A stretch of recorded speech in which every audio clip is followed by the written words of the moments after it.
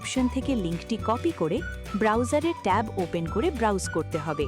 এছাড়াও আমাদের আপলোড ভিডিওর ফার্স্ট কমেন্টে পিন করা থাকবে ডাউনলোড লিঙ্কটি।